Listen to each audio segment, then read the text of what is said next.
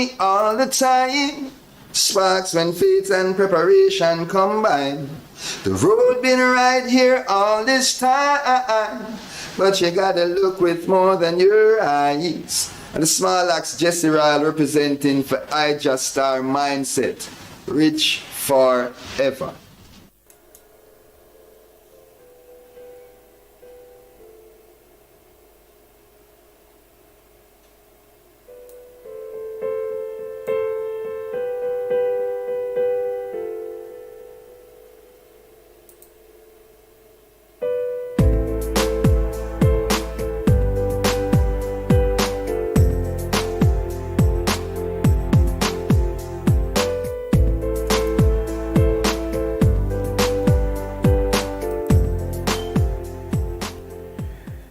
Blessed love, pleasant good evening, good afternoon, or good morning if it's morning where the item is.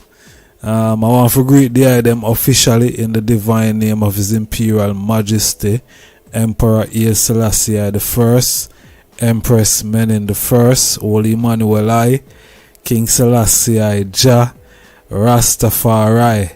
One more day above ground, beautiful viewers and subscribers. As you know, life is our ultimate position. Not no greater than that, no matter what go on.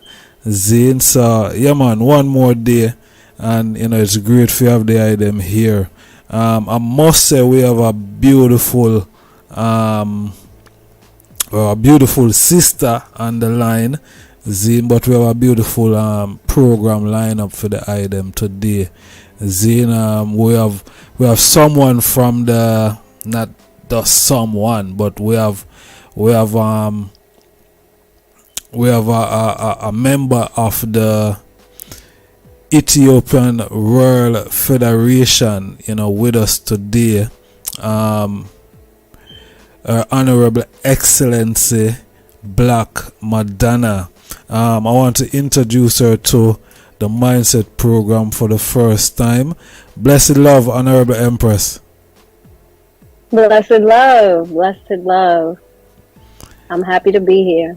Warm welcome. Great to have the eye on the platform. Yes, thank you for having me. Yes, yeah man, it's an honor and a pleasure to have the eye here today with us.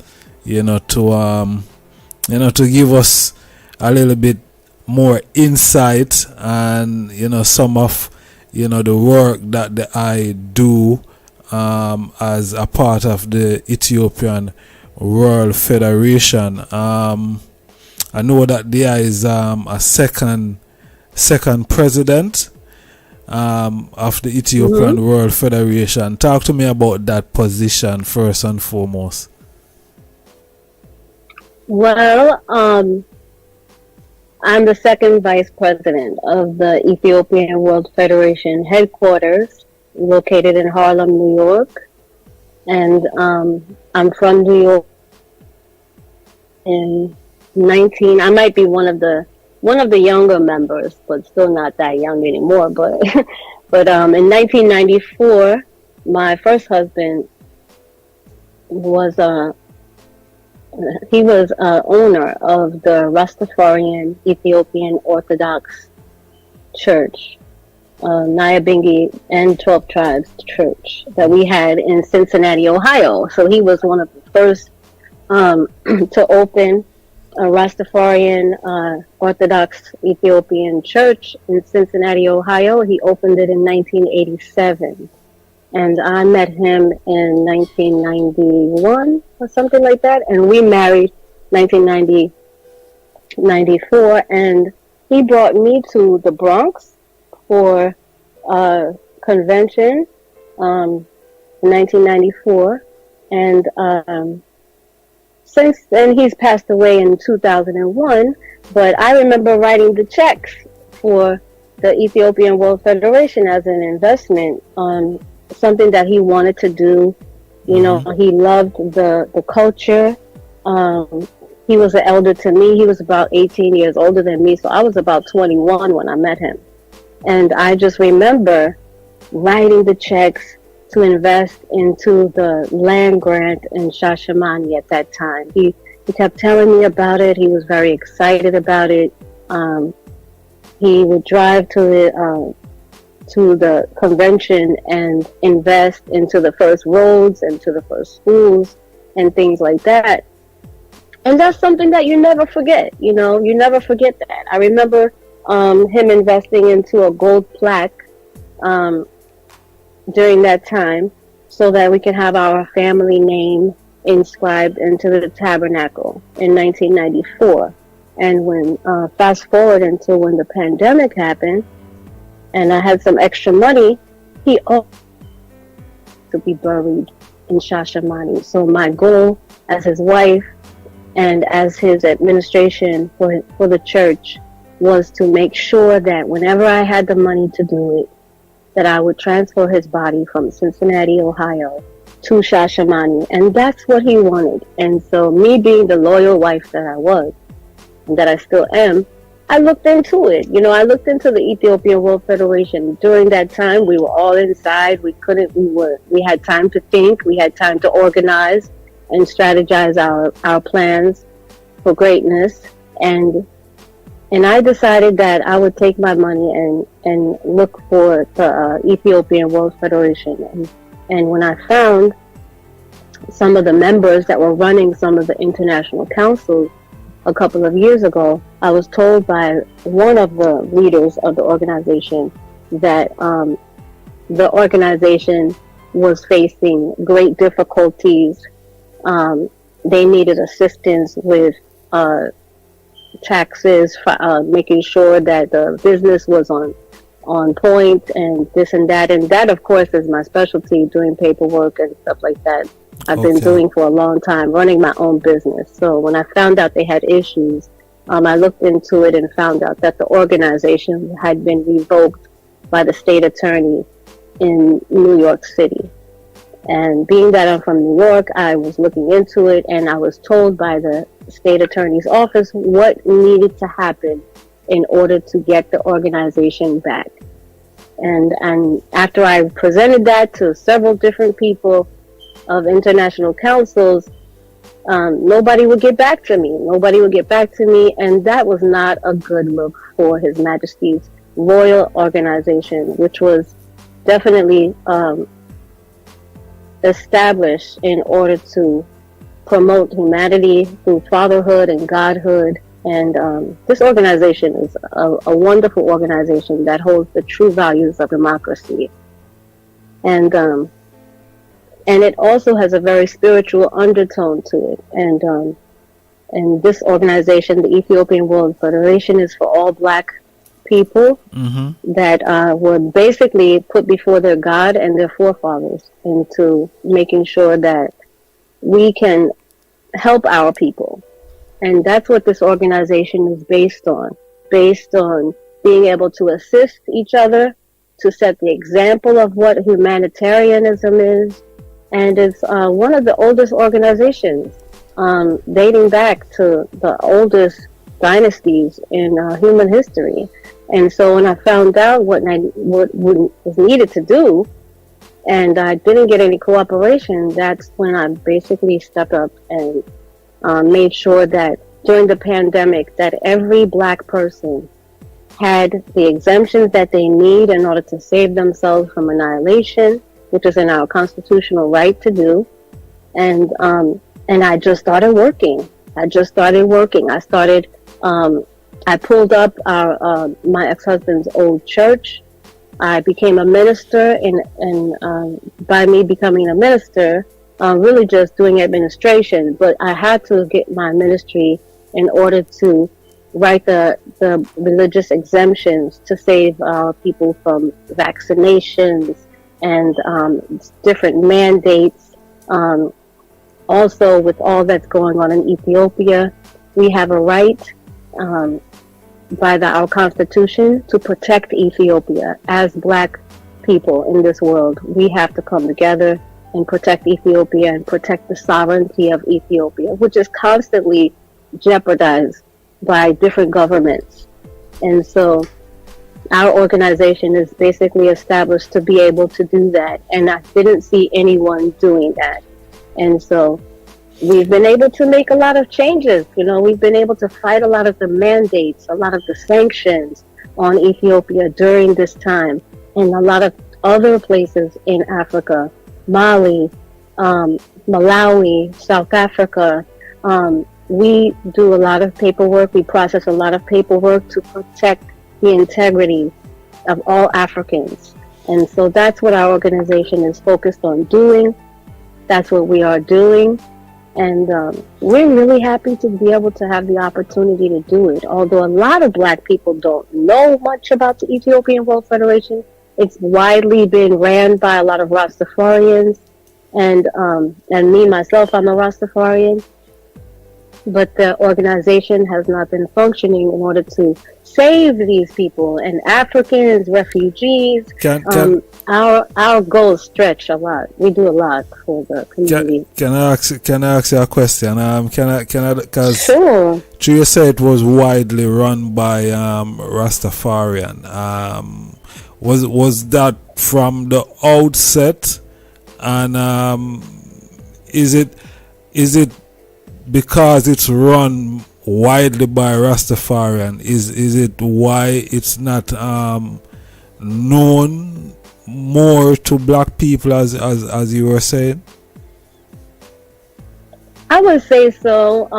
For the past couple of years that our new international council has been running the organization, we've been getting a lot of phone calls from people all over the world, really. Literally, once we made ourselves available and started answering the phones and started answering the emails from people, we've been told by a lot of members that they didn't think that they could join the Ethiopian World Federation. A lot of people who are Black all over the world had been told, and I mean in different parts of the world, some even in Africa, some in the United States, some in the UK, some in Portugal, that they couldn't join if they didn't have dreadlocks. They couldn't join unless they were Rastafarian, and maybe some people were told that they couldn't join unless they were from one of the three mansions of Rastafari. So like, I mean, a lot of different reasons why. What was this narrative going out by Rastas in the organization? Yes, definitely. Like a lot. I don't know exactly names, but a lot of different people from all over the world were very happy to know that they could be a part of this organization. A lot of people knew about the Ethiopian World Federation. Mm-hmm. A lot of people during the pandemic had no place to go to get the exemptions from the vaccine. A lot of people lost hope in the ability to have a choice whether they wanted to be vaccinated, because the churches all over the world, it was like they were conspiring not to give people exemptions. So there were not that many organizations for people who are, let's say, some people in the army, some people in the medical field, some people in the education field that were Black but just didn't have dreadlocks or just weren't Rastafarians. They were like, some people go to different churches. They thought they could get exemptions from their church. They had no option to get vaccine exemptions from their church. So this was actually a good time for a new international council to emerge in order to save those Black people that had no place else to go from annihilation, and to assist them with the vaccine exemptions that they needed in order to go back to work, for their children to go back to school. So yes, it was widely told to me from people all over the world that they couldn't be members, and they were told by different members that they could not join if they weren't Rastafarian. They could not be a member if they didn't have dreads, just things like that. So in the Constitution, in the Constitution, is it saying that you have to have dreadlocks to be a member of the Ethiopian World Absolutely Federation? Not. No, Let me absolutely just not. In fact, let me just bring in the this up. Constitution, it is. Yeah, go ahead. Yeah, let me just bring up the constitution and see what I the have it here. membership the membership of the World Federation entails. You know, because I don't think that you need to have dreadlocks. I don't think it say anything like that Well, still. no. If you actually go on the first page, it states that we, the black people of the world. Yeah, There's all types of black people of the world. So this is another reason why our entire council has not been able to really come forward and speak with all different members. They nominated me to be able to talk to people because this is a sort of discrimination, if you will, that's been happening within this organization. And it's been holding us back, really, and holding Africa back from growing, holding the Ethiopian World Federation back from growing. It's for all black people of the world. So there are people that don't look the same. You know, there's black people that are we come in all shapes, sizes, shades, and all different hairstyles, all different religious backgrounds. So it's about unity. And so it states in the preamble that we, the black people of the world, in order to effect unity, solidarity, liberty, freedom, and self-determination, to secure justice and maintain the integrity of Ethiopia, is our divine heritage. And so this is the rule that we live by. And on page 3, it speaks about partisan character. In section 7, it states that nonpartisan character is the rule that we live by. So the Ethiopian World Federation Incorporated shall be nonpartisan and non-political in character.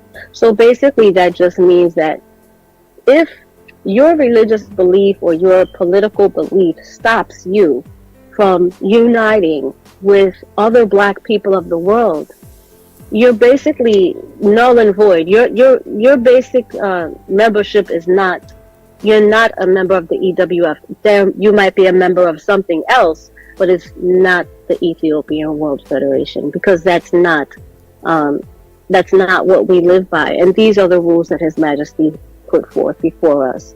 So my thing when I speak with older members and newer members is, if we can't pass that barrier of unity and the agreement that all black people of the world should be unified, I don't usually like to go into the second part of that constitution, because right then and there, you've already disqualified yourself from being a member of the Ethiopian World Federation. Because if you're not reaching out, like what I do is reach out to people, reach out to older members, look for that unity, look for that brotherhood, look for that fatherhood, look for that godhood.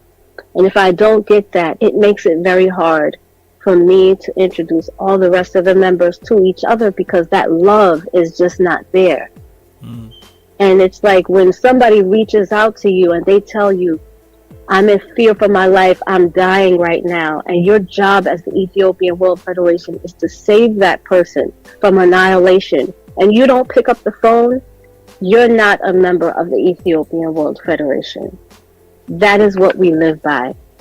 When somebody calls you in fear for their life and you're a member, your duty by His Majesty's standards and by His Majesty's will is to pick up that phone and make sure that you do everything within your power to save that person. And that's what we're about. That's just what we're about. If we don't know how to do it, we ask another member, how can we make this happen? How can we help these people? And we have a wealth of information right here within this new international council. We've crossed the barriers of young and old, where they say there's always a barrier. The young people don't get along with the old people. We have a council that starts at maybe, I think, about late 20s to all the way to 67.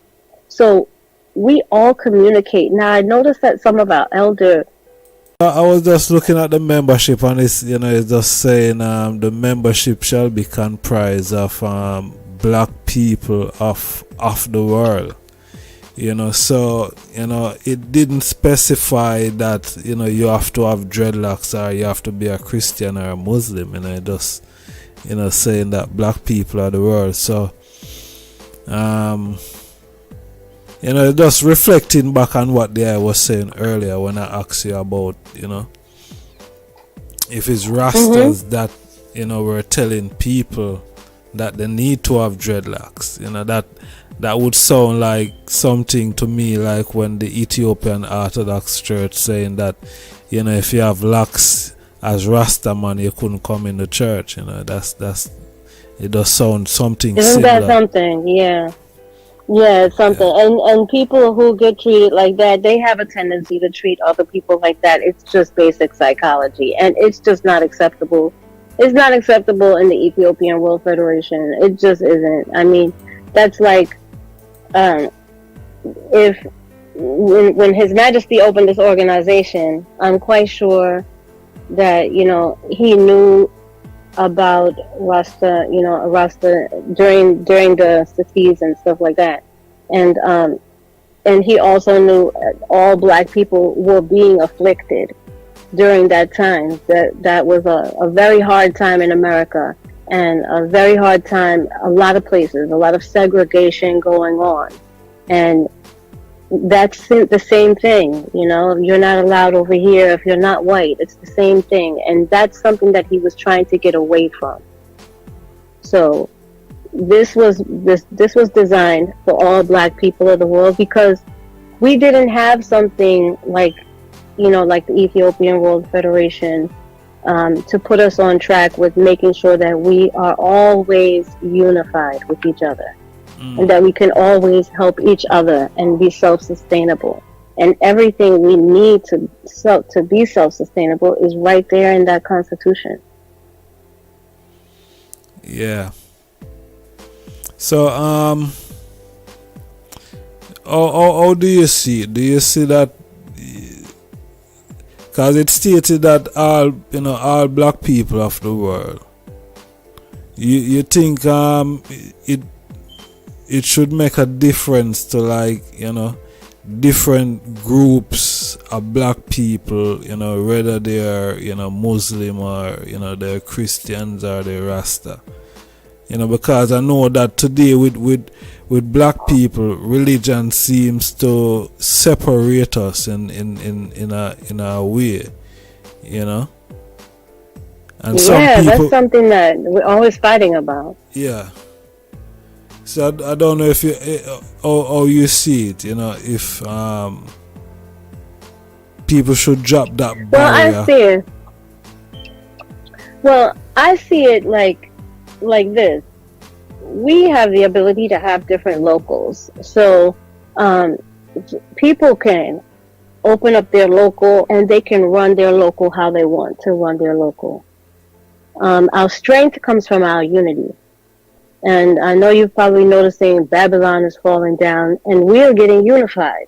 So here on this side, we're unifying with a lot of people. I mean, even to me, it takes me as surprise sometimes, because me being that I was raised like as a Rasta, I have to accept all black people of the world. So my best bet is to tell people if they want their own local, they can run their local how they want, as long as we have the same principles. And the principles are there. Even for any organization, like if it's a church, a community center, a sovereign nation, a beauty salon, like any kind of organization can become a local. Because if you look at what a local is basically just giving you principles so that you can continue to assist all black people. So you have to have a business office, more than likely you have a president, an assistant, a secretary. You're going to hold meetings. It's just a basic plan for any business. like if you have, like, say if you have your own radio station, you're still going to need a president, a vice president, a treasury department, a secretary. um Organizer, the chaplain. committees are broken down. Yeah, they're broken down, and it's like almost like a business plan. It's not as, it's easier when you have a headquarters to give you these guidelines and to know that you're on track. And if you need assistance, you can always have assistance with your headquarters. But he made sure that each organization had some sort of spiritual aspect to it, because I believe that he knew about the spiritual war. So it only makes sense for you to have, if you have someone that gets sick in your organization, like you have a nurses station. Even in certain schools, you have a nurses station. You have a publicity committee, an education committee. Like if you're teaching someone how to do dreadlocks, for instance, you have an education committee for that. Like it's just a normal business plan. And you have a ways and means committee, somebody to help you make money, make money for your local, make money for your business. Information committee. These are normal things that help you, give you a guideline on business. And so you can worry about your own local, how you want to run it. Another person can worry about their own local, how they want to run it, as long as the principles remain the same. And that's how I saw it. That's how I see it. Like, it's new for me to be able to say, wow, this is really how it is, but this is how it is. I don't know much about the Muslim religion. We're supposed to help all Black people of the world. This is for us to unify on the basis of something that we all agree on. We all agree that we need an information committee. We all agree that we need publicity committee. We all agree that we need a way to make money for our business, for our local. These are normal things that have been proven to work, and they should have been working, and they are working now. So anything before this is basically, it's just in the past. It's like starting new and fresh, and with the good energy and with the acceptance of all Black people. Yeah. Stepping in the right You have direction. an auditing committee. That's the one I want to get to, because when you have a public committee that is for the benefit of all people, a lot of things should be public. You have to show people how you're helping each other. When you have a problem with the funds and the money, and you want to know where the money is going, you have an audit committee. So say someone said to me, well, we want to know, they're members and they have the right to know what we're doing with our money. Like nonprofit organizations, the way His Majesty established it is like a nonprofit organization. We are the Red Cross. We are the fire department. We are the hospital. Of course, we believe in more holistic health, but we are the hospital. We are, when you have organizations that work for the benefit of all people, you can easily go to their website and then they can show you, this is what we made, this is what we spent on, this is what we raised, and this is where your funds are going, where your money is going. Now, that's just because we've been in this position to where a lot of questions are unanswered, but all the answers are right there in the Constitution. Everything is right there in the Constitution. And so when people stop using the Federation for their own personal benefit, it becomes the Ethiopian World Federation, and it operates for the benefit of all Black people. It's very simple. You can see who's operating for the benefit of all Black people. You might be able to find the Ethiopian World Federation many different places online. But when you call and you can see who's actually there to help, and they don't care what you look like, they don't care if you're handicapped, they don't care what kind of Black you are. If you're Black and you need this assistance, you're going to get it. And that's what you're going to get from the Ethiopian World Federation. Yes.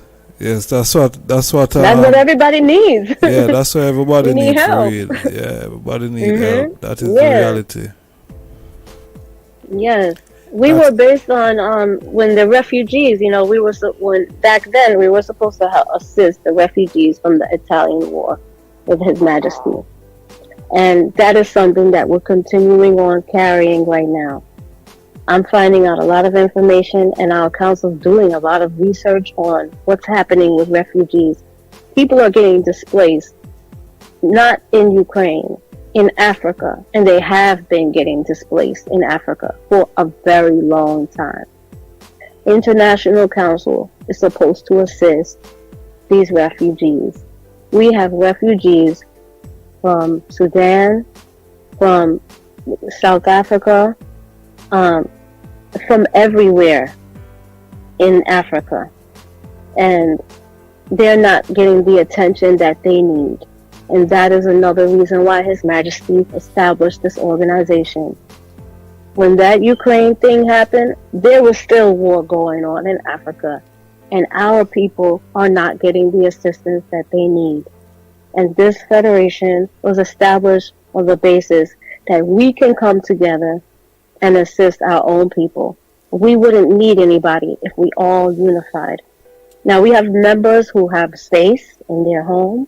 They would love to help a refugee. A lot of our members, once they come into this new international council, they know their responsibilities, and they are living up to their responsibilities daily. And a lot of people are constantly calling us and asking us, what can we do for you today? What can we do? How can we help today? This is the spirit of Ubuntu. And this is the spirit that we need. And this is the spirit that this federation has. And I really believe that without the assistance of all Black people, it would have never came to this. It would have never gotten off the ground like how we're getting it off the ground now. We have so many people who have been waiting to reach someone to help. And we're opening our arms. It's like just opening our arms saying, here we are, we need it, we need your assistance. And so many people are coming forward with the ability to assist. And a lot of people are different. People come from all walks of life to the Ethiopian World Federation now. And they know that this council is very supportive of whatever the situation is. So we have new people who have known about it for a long time that want to start locals, and we have some elder members that are still trying to figure out what's really going on, which I don't get it, but they've been there, but they've probably seen a lot of things going down the wrong road. And you know what stops that? The unification of the rest of the Black people in the world. It's like a mother without a father and a child. It's like that. You have to come together with your family to get further. Mm-hmm. And we need this. I think we've been conditioned so much to say, we don't need you, or I can do it on my own, or I can do it by myself, that we don't work together enough. But I'm finding that through the Ethiopian World Federation, everybody that signs up with us is willing to assist, and they're eager to do it. They've been just waiting to be able to assist. And we're finding out that there are refugees who have been refugees in Africa and displaced in Africa for over 10 years. Wow. This is new to me. This is not right. This is new to me. I'm talking about Africans who have been oppressed within the United Nations. Like, they go to run to United Nations. You know what happens when they run to League of Nations. You really expect somebody to help you over there, They didn't help His Majesty, so we have to help ourselves. And these are the abuses of the organization that we have to correct, and that is in our Constitution as well. And every one of us who's a member of the Ethiopian World Federation has a duty to correct these abuses. And when you see something being done, and that's why I thank you for acknowledging this, because we're doing a lot, and I appreciate your acknowledgement for it. It's like, I do it for His Majesty. We do it for God. We do it for His Majesty. We know that it's a job that has to be done, and we do it for Him. We don't really do it to just say, oh, we're going to go, run around like, oh, we're running Ethiopian World Federation. No, we're doing it to help us, to help others. And that's what this organization is for. So I appreciate you recognizing all that we've been able to do. And it's just really by the will of God that we've been able to do this. It's really amazing, some of the things that we've been able to do. We're always surprised at what we're able to do. And we regret that we haven't showed up sooner. And we would have liked to be able to work together with some of the previous members. But we can't stop working. We just can't stop working. There's people that are needing our help every day. It's always something new. Citizenship, refugees, passport assistance, things that can really save people from annihilation. Food, transportation. We help with everything. Can the eye tell me anything about the technical mission to Africa? Do you have any information on that? Yes, we've taken a lot of interesting stories from people, members, non-members, who have repatriated, had some unfortunate experiences repatriating, going to Africa, being not taken well, not embraced well, I should say, on the continent. And when I listen to this, and when I talk to some people, members and non-members, about their experience with that, I think that it all boils down to something that's pretty simple. Like I said, we're a solution organization. So in looking at it and hearing all the stories of repatriating, a lot of people are going and they don't know anybody on the other side, or they're not really sure who exactly they're going to meet. And that's where membership comes in. So we've gotten a lot of members who want to repatriate, and who we've assisted to get to Ethiopia, to Ghana, or wherever they want to go. But through our membership program, it makes it really easy to know who they're going to see. So it's like when you go to a new place, when you go there, you're not really prepared. You don't know what's going to happen to your communication. You don't know the areas in which you'll be able to communicate with your phone, where to go and get a phone when you land. Simple things like, where would you stay? Who would you stay with? What will you do to make money while you're over there? I can simplify this for you.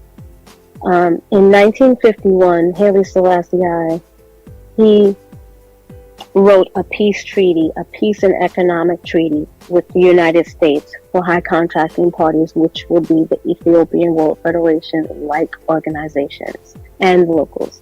Now, this treaty that he wrote was an economic treaty. It basically explained how the Federation is supposed to operate under the United States law with their relationship with Ethiopia. So basically, it's making sure that just the name of it, the Peace and Economic Treaty, to make sure that you're going there where you can sustain yourself. You can do business with somebody in Ethiopia. So through our membership program, we have members who are all over the world. So if there's a member that wants to go to Africa, for instance, we will definitely make sure that they are prepared on some level. Now, there's members over there who we don't have signed up underneath our system, and we don't really know who they are. So if a member decides to go to Ethiopia to work with or live with a member who is not in our system, we can't really protect them knowing who they're going there to work with. And that's where membership comes into its importance. Because we're family, right? We're supposed to know that we have family to go to, where we're going, where we're going to be staying. We've recently been helping people with staying arrangements and everything like that. what is available to you to make money there, how you can receive your identification when you get there. We have been processing visas, processing exemptions, and also connecting people with different missions to go over there and work with different organizations there. And we do have a wide network of people that they can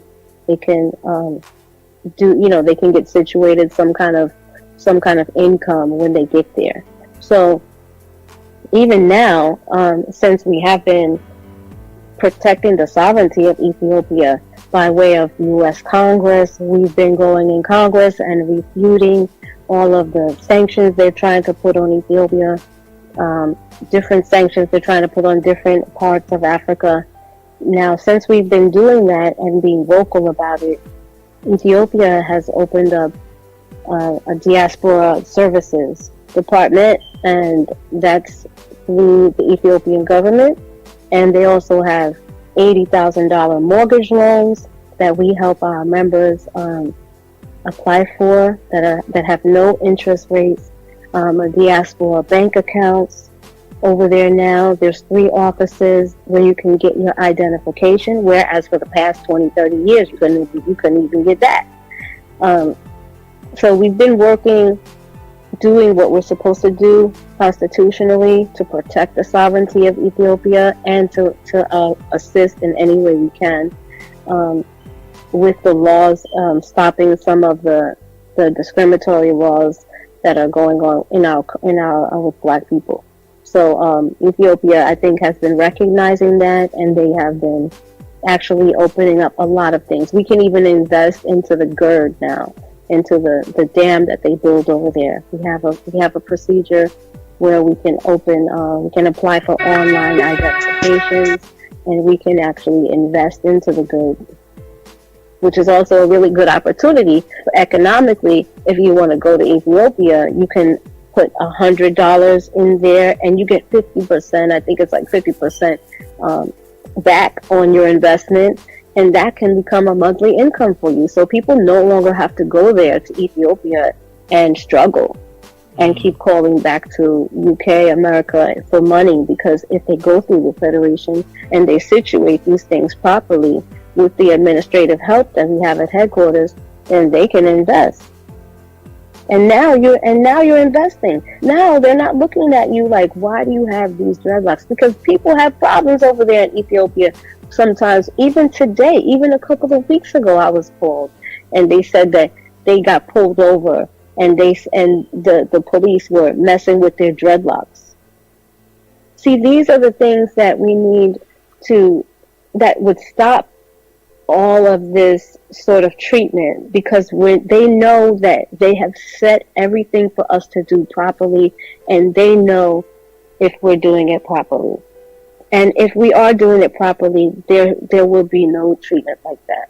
And I truly believe that, because when you go to other countries, you just can't go to other countries and expect to be treated with respect when you're not bringing anything of value to the community. You have to go on a humanitarian and a diplomatic mission, because basically His Majesty wrote those laws into that peace treaty that we are the true diplomats. We are the true nationals. And we should be treated like the true diplomats under the laws that he wrote for us in 1951 with that economic treaty. It even says there that we are the true national, we are the true diplomats. So we have to start to carry ourselves as such. Sorry, pardon me. Can I just ask,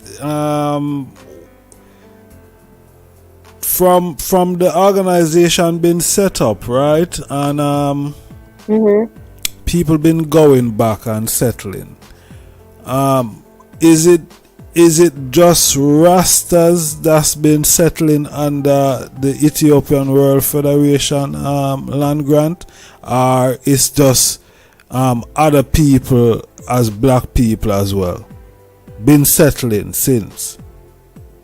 Well, I haven't been to Ethiopia, but from what I've been told, it's really a lot of Rastas. It's really a lot of Rastas. I mean, I saw a couple of people online. I mean, they don't look like Rastas, but they might be Rastas, but mostly Rastas. Yeah, mostly Rastas. Because back in the day, when my husband was investing money there, they were what, Rastas only. There was no roads. There were Rastas only going there, and Rasta who held that down, and Rasta who held that land grant down, and Rasta who running it over there now. Now, I don't know how they feel about all the black people coming over there, but they did not have a problem working with the Oromo. The Oromo people are over there. They came over there and they running it now. So had there been another functioning international council, I don't know if all of these things would have happened, because it would have been a different vibe. Like, we would have made sure that it was secured. You know, people are over there settling, and I'm not sure if they even have a map of the settlement at this point. I haven't ever really seen when I've seen something on Google, but that's about it. But most of them are definitely Rastafarians going over there and settling, and some just going over there because they're having hardships from wherever they're at and going over there. But I'm not sure with how they've been accepted, how they've been treated. I get reports every now and then that they're getting put out of their homes. People are selling land. A lot of things going on that shouldn't be going on. Just running wild, like a lot of things running wild, just doing a lot of stuff that they shouldn't even be doing, to be honest with you. But I mean, if there's a local there and they really wanted to get it situated, it would have been situated. It wouldn't be because, like, how can we get this situated? It's all right there in the Constitution, how to do everything. And you're supposed to be communicating with the head. It's like organizations running around without the head, but yes, it is definitely a lot of rosters over there, and it's for everybody. Not to mention, let me say this: now that the organization is getting organized, and we're strategizing and assisting people, a lot of other chiefs from different countries in Africa are coming forward and offering land for the diaspora. A lot. I'm talking about from all over the place. We have a queen mother that owns 1,000 acres in Ghana right now. There's also land that His Majesty left there in Ghana, but I'm not talking about that land. There's more land, and there's more chiefs. There's chief in Congo that has 100,000 acres for the diaspora. They all want is it to coming come underneath it. Okay, is it coming under the Ethiopian World Federation? Absolutely. We have one of our council members.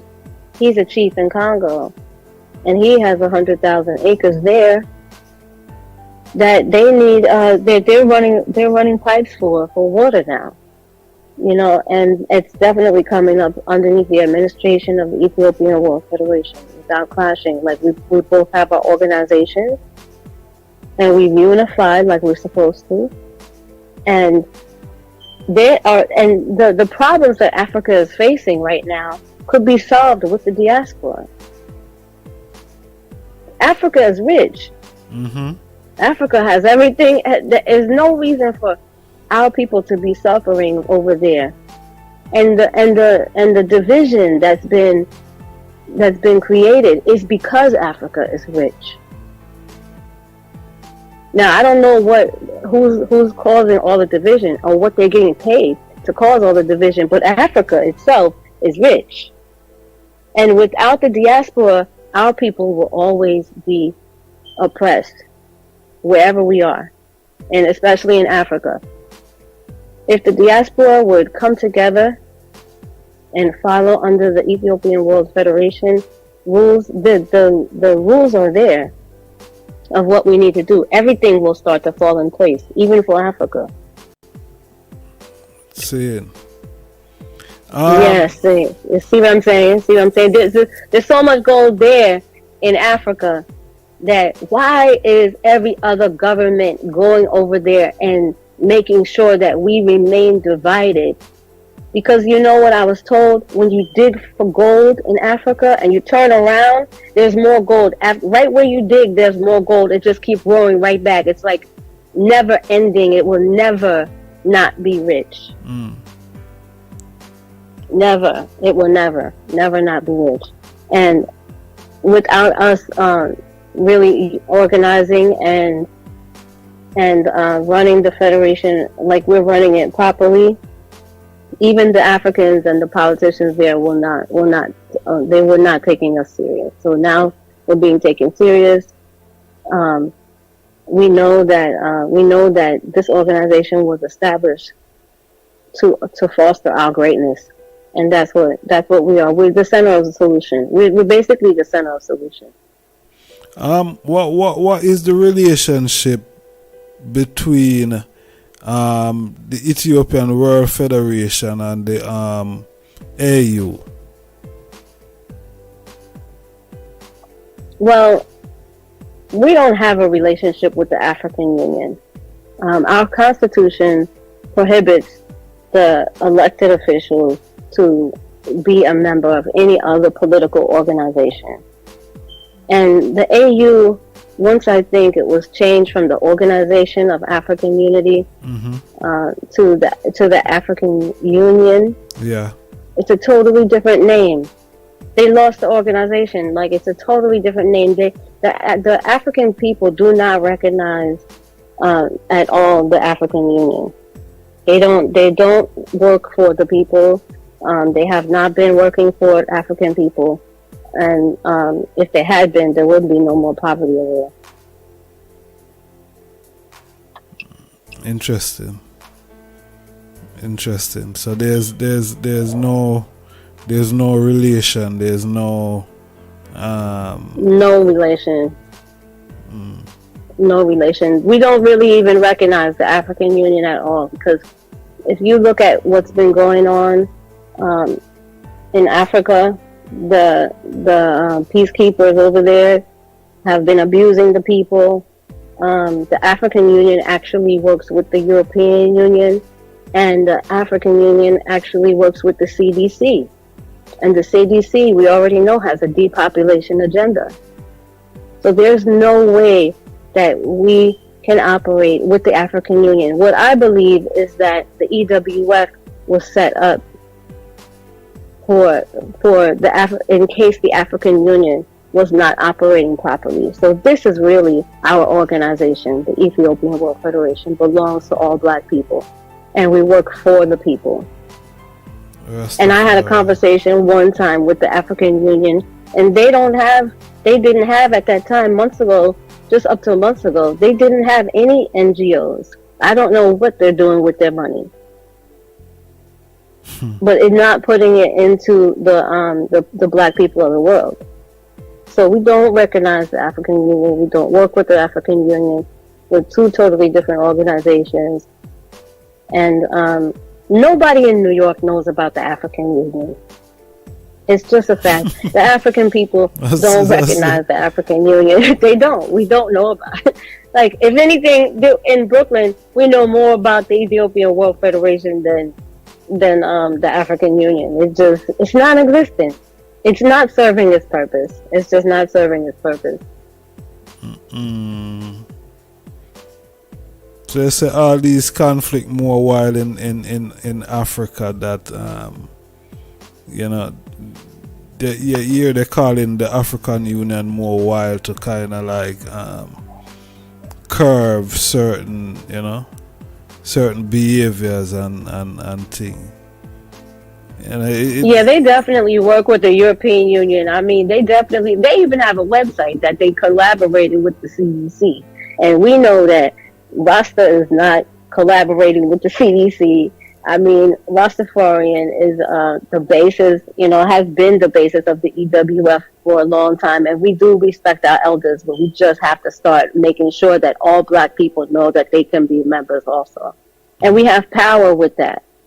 We have a lot of power with that. You know, Africa itself can hold the entire black community, the entire African community all over the world. And we need to start working closer with some of the Pan-Africanists that truly appreciate and want the diaspora in Africa, because they know that the diaspora is the solution to all of the problems that Africa is facing right now. You know, it's interesting. It's very interesting as a Pan-Africanist. I was having a conversation with with someone, who is what is it? Hebrew Israelite. And she was saying to me that Pan-Africanism is wrong, and I'm saying, seriously, you saying it's wrong? Yeah. Marcus Garvey is a pillar of Pan-Africanism. Yeah, this Haile Selassie is a pillar of Pan-Africanism. Yeah, the sister was These saying are the to me that it was wrong. He works for the AU. He might work for the AU. You just gotta think about it like that. A lot of people are serving different, they just like people serve different deities. The one thing that we know is that we're all black, and a lot of the problems come from our disunity. So anybody that's preaching disunity is not a member. It's not going with the goals of the Ethiopian World Federation, which is to bring all black people together, and that's the main meaning of being Pan-Africanism, is unifying. True. That's like saying, why you don't want to go home to your mother? Why you don't like your mom? It's like, we're not going over there. I'm not going to her. You came out of her. Why you don't like her? Like, we have to be together.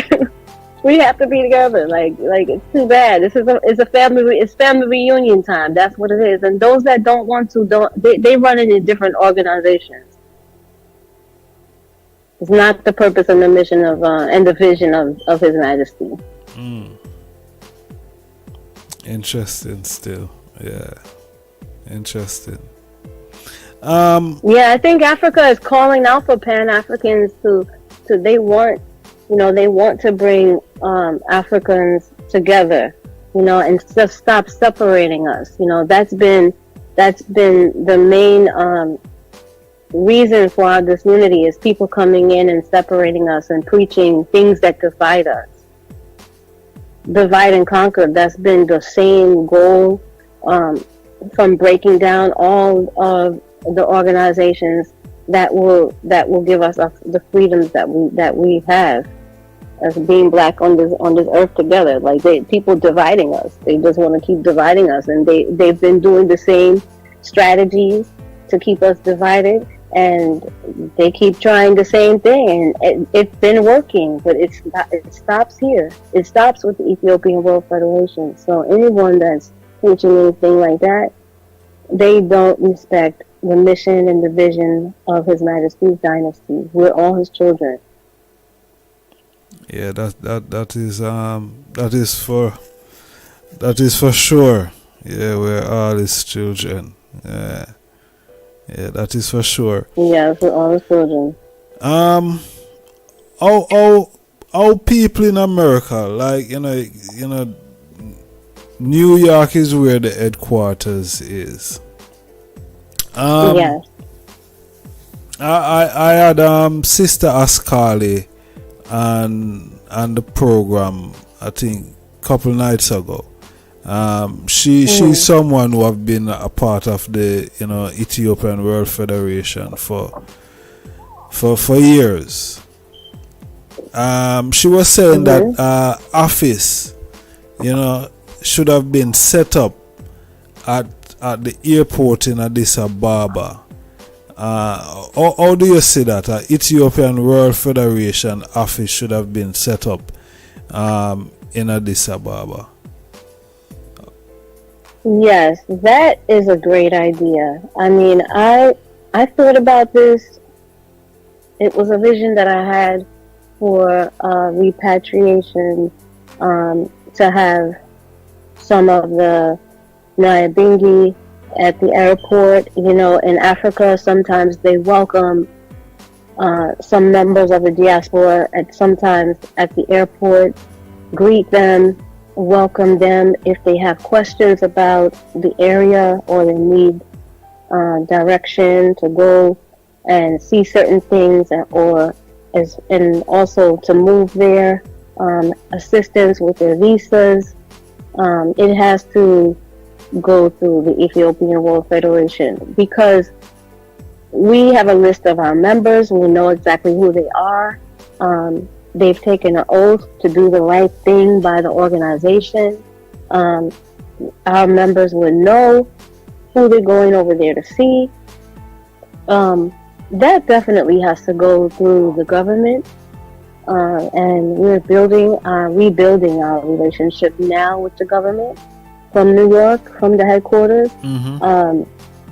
Previously, I think it was about over 10 years ago, we had a contract with the government, and I'm not sure what happened with that, but we're renegotiating that contract, and yes, that would be a great idea. That would be a great idea. But unfortunately, we do have some cleaning up to do in Shashamani, to make sure that our members are safe and that we know exactly who they're meeting with on the other side. And some of those people just haven't signed up with the new international council, so we can't really protect each other if we don't know who each other is. So membership is kind of like with members like Mama Ascali. She's been a member for so long. I respect her so much as I do some of the other elders that have repatriated and been holding it down over there. But our new members would like to know, who they are, to know that they're protected by the Federation. And so sometimes getting the older members and explaining to them that things were not done properly, a lot of paperwork was lost from the previous councils. We have to reestablish it, and that's exactly what we're doing now. We're doing a great job at it, and we're making our system so that we don't ever lose people's information. It's never compromised. It's always private.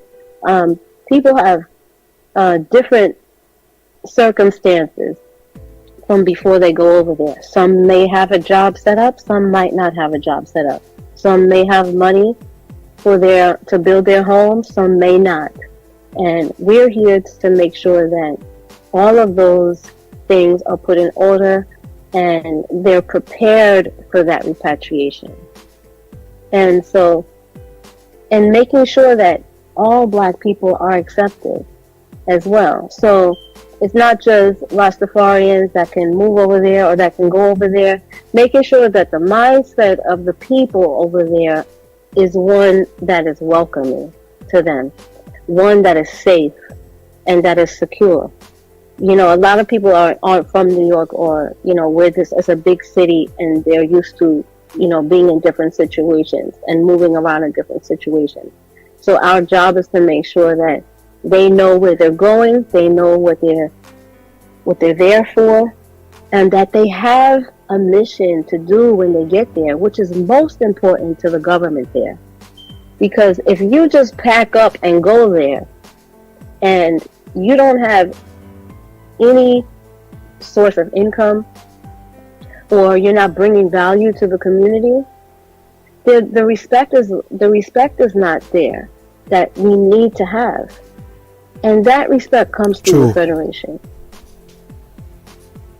Yeah, that respect comes through the Federation. Yeah, man, for real. You need the respect of the people, Yes, you need the respect of the people. Yeah, definitely. So we have an agriculture program that's called Purpose Black, that's set up in Ethiopia. we also have a Seeding Africa program that you can learn to grow your own seeds, and we, while we're here, can make the connections to where you can sell your seeds. So you can have your own community garden. We have a sister that is considering doing a local. It's called Seeding Africa, and she builds community garden seeding farms all over Africa. She's in about 5 different countries in Africa right now, and we're still growing with that. So that is also another way that even if you are repatriating and you have a piece of land, or you are affiliated with one of our Seeding Africa programs, then you can set up your business to where, say you have somebody in the United States that will buy those seeds. And this is something that we need to sustain our food crisis that they say is coming up. Just being prepared for all types of situations like that, and making sure that we have options of ways to make money. We have members who own schools, who run schools in Ethiopia, whereas if you are knowledgeable about something, you can go there and teach. And you can do all of this through the Federation in different parts of Africa. So it's building those types of alliances like that with all Black people to where we become strong, where we become powerful. It's interesting you're saying that, and I'm just looking at the technical mission to Africa. I'm just looking at where it's saying Ethiopia agricultural and technical assistance. Discussion with the assistant ministry or minister of agriculture and official of his ministry revealed that Jamaicans for settlement in Ethiopia would be more welcome than other people, since it is believed that they would make a more lasting contribution to Ethiopia in the fields of agriculture. Just because you mentioned agriculture, I was just looking at that in the technical support. Well, I was told that with the passports that some of the members have been going to Africa, traveling on the UK passport or under the United States passport, and not getting the same treatment that Jamaican passport offers. So we've opened up a passport assistance program to where there are Jamaican citizens who don't have their citizenship yet and need assistance obtaining their citizenship, so that when they do go to Africa, they are more accepted, because they look at Jamaica like more of a black country, and not coming over there to colonize. So we recently opened up the assistance to be able to assist Jamaican descendants. Like if your parents are Jamaican and you've never had a citizenship, you're eligible for your citizenship in Jamaica, and it's a good idea to get your citizenship in Jamaica before you repatriate, from what they've been telling me. So we've been having a lot of members that we've been assisting obtain their Jamaican citizenship in order to be treated differently when they go to Africa. Because that's what I've been told. Like, members that have gone to Congo and have a UK passport, they're not. It's like once you hit that border, they don't want to let you over there. They think you're trying to come over there and steal resources or something like that. So it's better, and I heard that you get treated better when you have your Jamaican citizenship. And there's several ways to go about doing that. Yeah, it's very interesting. Sorry to speak over there. Yeah, it's getting better. It's getting better. Yeah, it's just I don't know if they have a copy of what I'm looking at right now, because I've got the. No, I want to see it. Well, I'll send it to you via email still. Um, Well, another thing that's good about that is that there are some Jamaicans that know about holistic health mhm. and things like that, and Africa needs that right now because of all of these different strains of viruses and strains of vaccines that they keep on coming out with, and we do in the Jamaican culture, we do have a lot to offer in that aspect. Um, and also, some of the people that know about that can go there and teach in Ethiopia. We have a member that goes there. He's Jamaican. He goes there and he teaches, and so he's bringing value to the community. You know, And by things like that, it's changing the way that they look at us. Besides the fact that we need to unify, we can also teach. We can also take positions like that.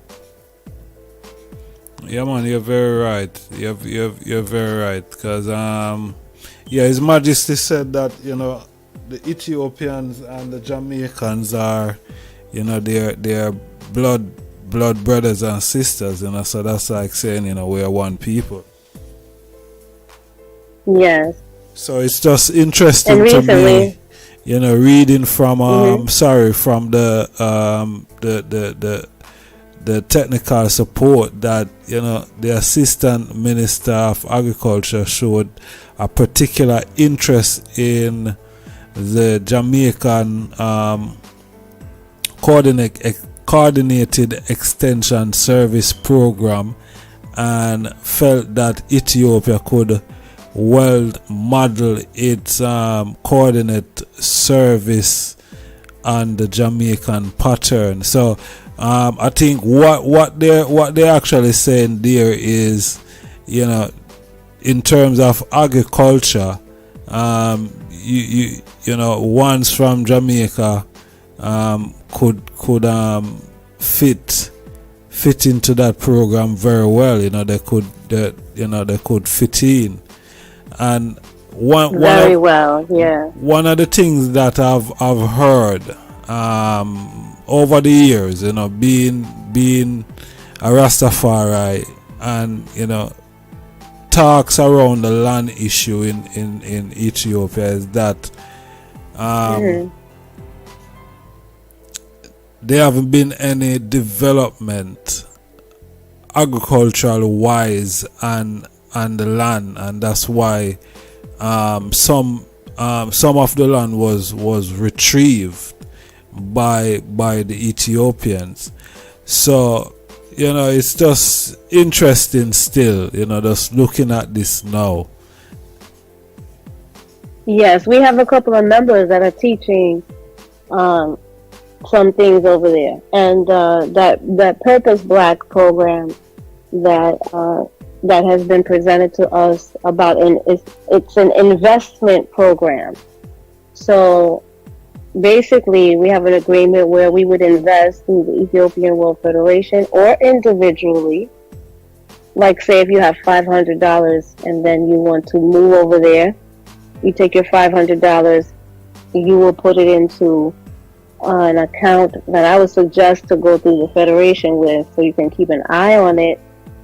And then every 3 months, they take a piece of land, they grow on it, they sell it to Ethiopian grocery stores, and then you get a percentage of the profits of what they sell when your land yields a harvest. So then every 3 months you will have some money in your account to spend, as well as you can take that same organization and they will show you and teach you how to grow on your land, and then they would buy the food that grows off of your land, so you can still have a source of income. And so this is also a great program to be a part of, and that's the same thing that we were doing with Seeding Africa. And a lot of people in Jamaica have a green thumb. I just learned how to farm, so how to grow a plant. Like, that's not my strong point, But I have a lot of cold seasons over here in New York, so that's not going to be my strong point. So we all have strong points in different areas. And agriculture is a big deal. A lot of people need that. Had the members of the Rastafarian community grew on their land and made those type of deals with the grocery stores and grown on their land and sold and even mailed back some to their family off the continent, they would be looked at like business people. Then it turns into a business. And so True. You're also adding value to Ethiopia. And you're saving people by feeding them. And so it all turns down to being able to run proper business, keeping proper administrative skills. And that's really what the Federation and the headquarters is here for, to make sure that the paperwork is in order, things are moving smoothly, and everybody is adding value to the continent and making sure that we are going to be received in the future, and our children are going to be received with open arms in the future, because they're adding value to the community. Yes, for real. Yeah. Yes, everybody has their strong points, and agriculture is so big. Had they seen that earlier happening, maybe we alone could have stopped the food crisis in Ethiopia alone. We just have to start putting our differences aside and uniting. And those that don't, they don't. But those that do, we grow together and we build with each other. And that's really what we have to do. That's what it's all about. That's a very interesting thing. Make sure you send that to me so I can see it. Yeah, man. It's very, very interesting. I'll definitely forward it to the eye. Earlier in the conversation, I mentioned about one's having issue with dreadlocks and things like that. Don't want to go off topic or subject still, but like Nzinga King, for instance, she had her locks cut in Jamaica as a Rasta. Would that have been something that the organization would have gotten involved in? Oh yes, we did get involved with that organization. With that situation, the organization was involved with that. We contacted. That was a while ago. Mama Bingi contacted us, and through a mutual member from Ghana, and he brought her to the Federation, and that was a really touching story. So the council, we met together, we decided to take that case and to contact the judge and the lawyers that were dealing with that case. And like I said, about 6 of us on this council are Rastafarian, the others are just black. And so some of these instances that have been happening for years are new to some of us. I remember going in high school fighting to be able to have my dreads and to be able to have my head wrap on. But apparently these things are still happening in certain places, and a lot of us didn't know that it was still happening. But we did write. We represented Mama Bingi and her daughter and all the children. She has a lot of children.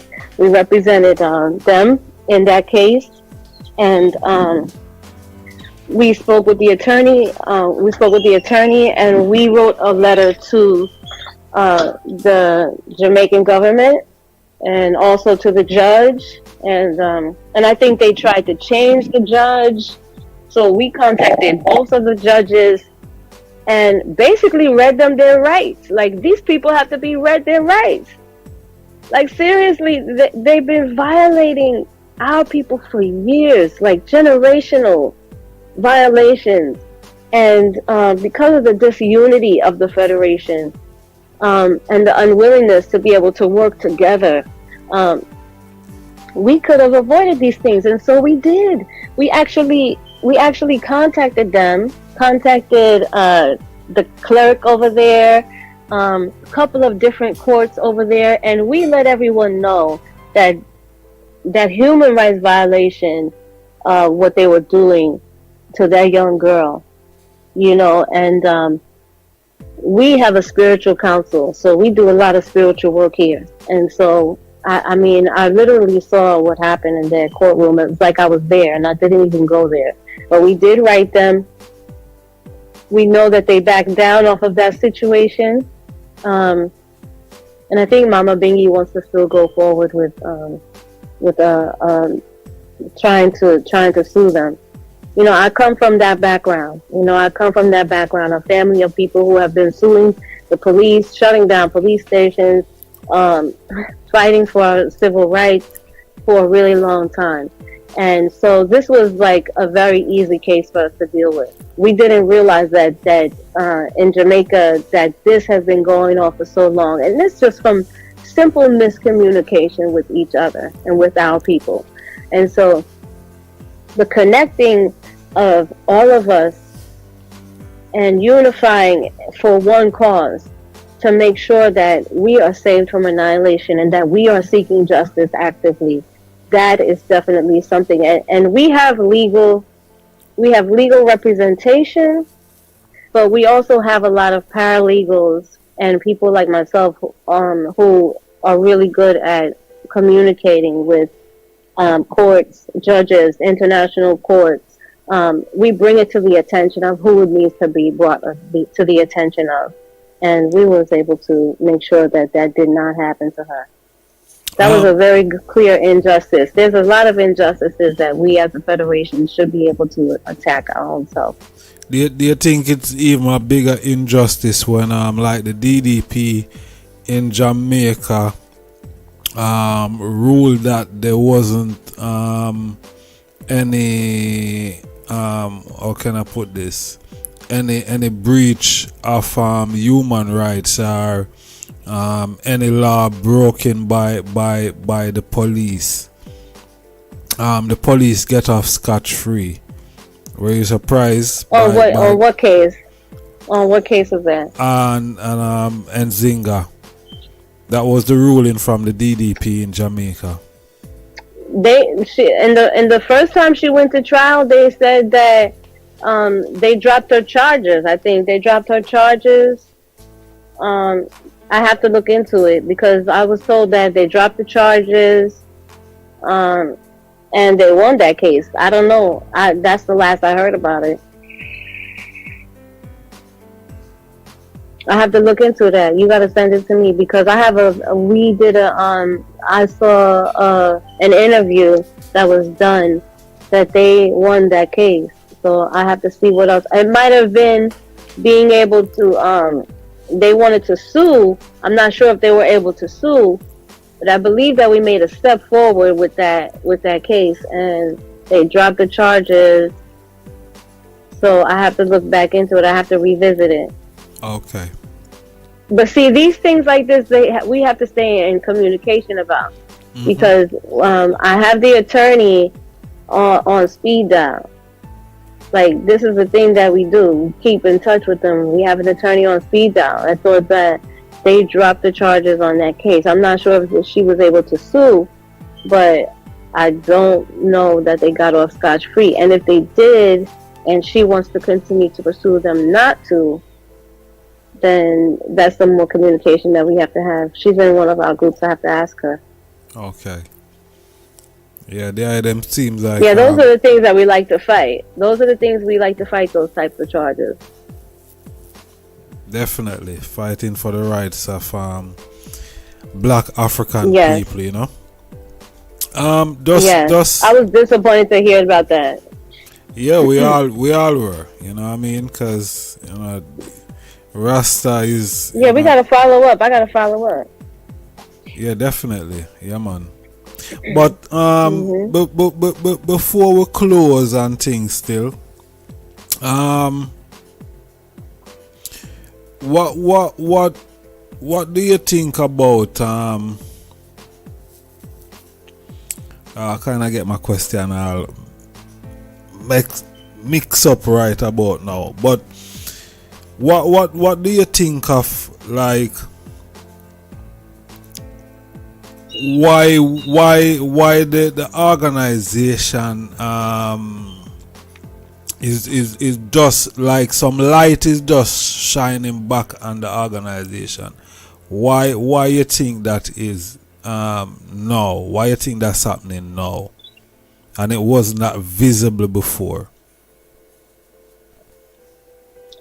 Well, honestly speaking, I just think that there might have been some people in the organization that thought that, by being the president of the organization, that they were going to get some type of gift or some type of payment or something selfish.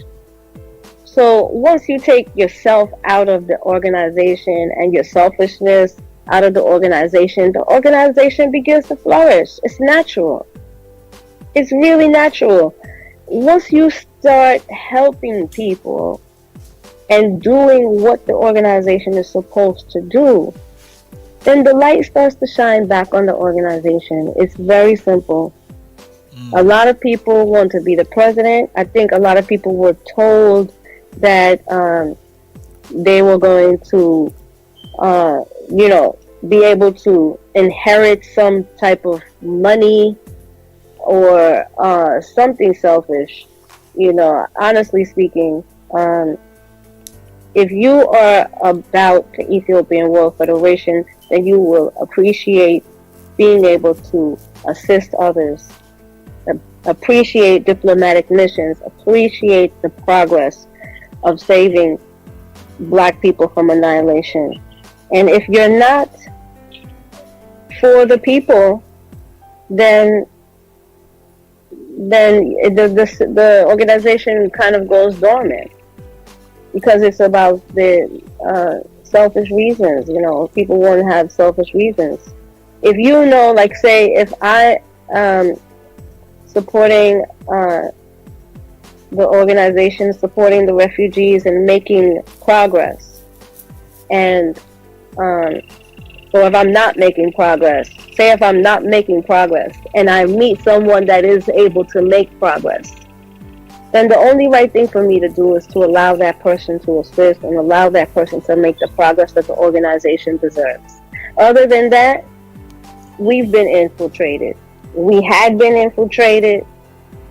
I think maybe some people were offered money to keep this unity. I'm just being honest. And those people don't work for the Ethiopian World Federation. They work for the benefit of themselves. See, The Ethiopian World Federation is for the people. And when you see the progress being done for the people, you know that you have found the Ethiopian World Federation. yes, I give thanks. And where do you see the just in closing, where do you see the organization in like the next 5 years from now?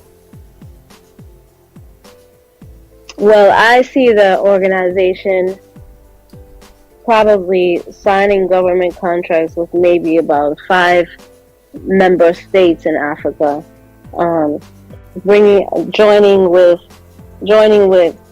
the Pan-Africans on the continent that are ready to bring the diaspora home with jobs, with land, with work, with entertainment, with everything involved.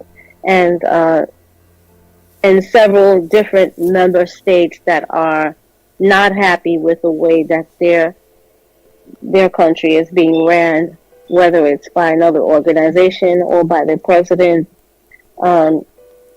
working with the Ethiopian World Federation until we soon will replace the African Union. And that's just the truth. There's no other better organization to replace for the benefit of the people than the Ethiopian World Federation. And that starts with one country in Africa at a time. We're doing contracts with different countries, different chiefs, different organizations on the continent and off the continent. And eventually, we will be able to get more progress with $0 than with $1 billion, because this is definitely a spiritual war. So the progress that we've been able to make is not because we have the funds, it's because we have the faith. Yes, I. That's where it comes from. Yes, I. And before you go, what background, what background,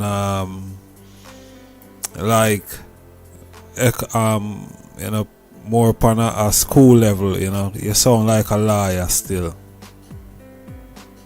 Who, me? Yeah. No, I'm just a black woman who has dealt with the government way too many times, and I know how to deal with them. I know how to deal with them. I know how to deal with my people. I'm a priestess, and so my spiritual connection to His Majesty is by instruction only. And so when I have the conversations with our ancestors, I'm guided by them, and that's it. I'm just guided by them. They stand behind me and they tell me what to do, and I listen, and I don't care who thinks I'm crazy. The thing is working. The thing is working, and that's all that you need to know, because the thing is working. There's so many people that we've been able to help with the guidance of His Majesty behind me, behind this federation, bringing the right people, bringing black people from all walks of life who are excited to know that they can be a part of the Ethiopian World Federation. They can assist new members, old members, new chiefs. So much guidance and so much instruction that I've been given since I've been able to assist. And so my background is really as a writer. When you can effectively communicate with people from all walks of life, and I mean from all walks of life, and you can create change. And when you have the courage to stand up to your oppressor, and you have the faith to know that you've already won this victory, that's where the strength comes. And so it's just not about me knowing the legal system. It's me being able to read through the fine print, me being able to communicate with the governments and the people that are supportive and that assist. Like, we have an international organizer, president, that he was an honorable discharge from the Navy, very militant. And then we have vice president, we have a chaplain that's very spiritual. Like, we have a great team. And if it wasn't for the team, I would not be able to present our problems to these governments and create these solutions. Because the solutions are common sense. We've been oppressed. And a lot of the solutions comes from being able to just speak effectively about the oppression and create the solutions that will work. And that is our unity. Their only defense to keep us down is to continue to create this unity. So with that said, we're going to keep on going. We're going to keep on going, and we're going to keep on joining with the members of our community that are on the continent and the members all over the world. and we follow that Constitution and continue to protect and seek justice and correct abuses, there's no way we can win. We're just enacting our victories. We're cashing in on our victories. That's all we're doing. We've already won. We're just cashing in on our victories right now. Yes, I had one more question, but I think I'm gonna leave it and Go ahead, you can ask. and that note still. Yeah, I don't want to You cause can ask. any- I know you have a lot of questions because I see you always representing the Ethiopian World Federation, and I really appreciate that. You know, they've made it so hard to find us. Some of different members are still struggling for power struggle and really not having the ability to execute those solutions. That's my talent.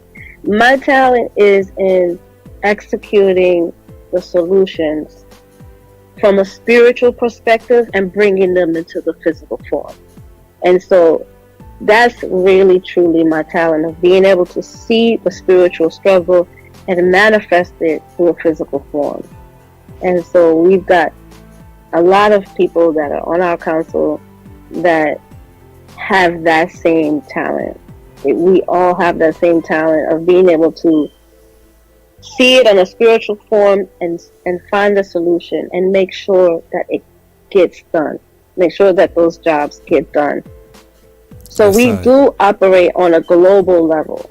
So the services that we provide are international services on a global level. The services that others may provide are local problems, and they got local solutions. But this council has international. We deal with the international problems, and we deal with them on a global level. So, like, if it's a problem going on in South Africa about, xenophobia, or whether it's refugee or laws, basically laws that they make while we're sleeping to oppress us. Those are the people that we're good at dealing with. So this is a mission that it just can't be compromised. You know, it's been compromised for a long time now. It just cannot be compromised anymore. And in this spiritual war that we are living in right now, it's like we ask for the solution, and the solution is right there, and we are able to manifest. I mean, we address the problem and we get the solutions taken care of, and we've been blessed to be able to do that. It's just been amazing. It's been amazing. It's definitely a mission of His Majesty. It's not anything that is like a human thing. Like it's some superhero shit. It really is. It's some superhero shit. It really is. Like, and I'm happy that I'm here to be able to do it, because our people need it. We deserve it, you know, and we got to get over that fact of not thinking that it can get done. No, it can get done. Yes, People say like, oh, we've been oppressed for over 400 years. Okay, but do you think it's going to go forever? No. The right people have come now. The right people have come forward. And we always need more assistance. We always need more assistance. Yes, I truly believe so. But I think so too. And the elders should be really happy that they have made it through this long to be able to see this and to be able to assist us. And we need their assistance. We've asked for their assistance to present to us some of the problems in our community and allow us the opportunity to be able to assist with it and give us the time so that we can address the situations and stay in communication with us. Yes, yeah, man, right there, sir, for real. Yes, my sister, I want to thank the for yes, my brother. for taking the time, to reason with the world at large about what is currently going on in the Ethiopian World Federation. So, I want to say manners and respect. Can I drop the website? Yes, now quickly. so they can find us? Yeah, man, quick. Yeah, man. And the website is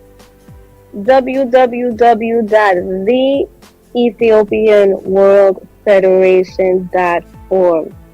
And also, we got another one that is called www.globaldiaspora.org.